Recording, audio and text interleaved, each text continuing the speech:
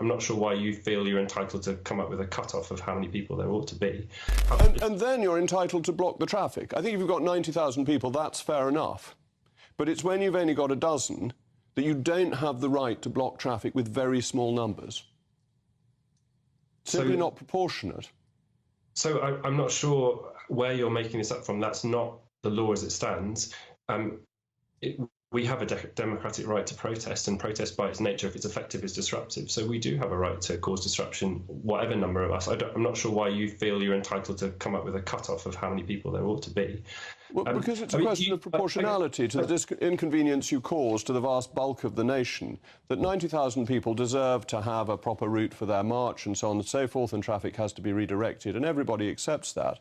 But just a few people carrying a banner, it's not surprising when you're blocking people getting to hospital, when you don't stand for election, that people think this is unreasonable, disproportionate and not democratic.